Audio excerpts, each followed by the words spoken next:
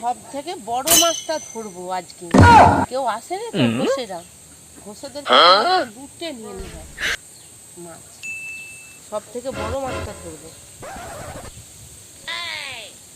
অনেকটা দড়ি ছাড়া হয়ে গেছে, কি করে বুঝতে পারবো?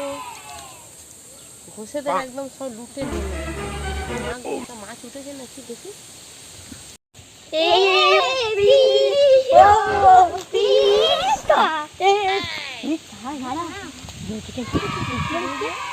মাছ ধরছে, আমরা মাছ ধরতে আমরা জলটা খাটিয়ে দিত, জল খাটিয়ে খাটিয়ে মাছটা মাছ কাটিয়ে দেবো। আগে জলেতে নামাক ওইটা শীতটা, তারপরে তো হবে।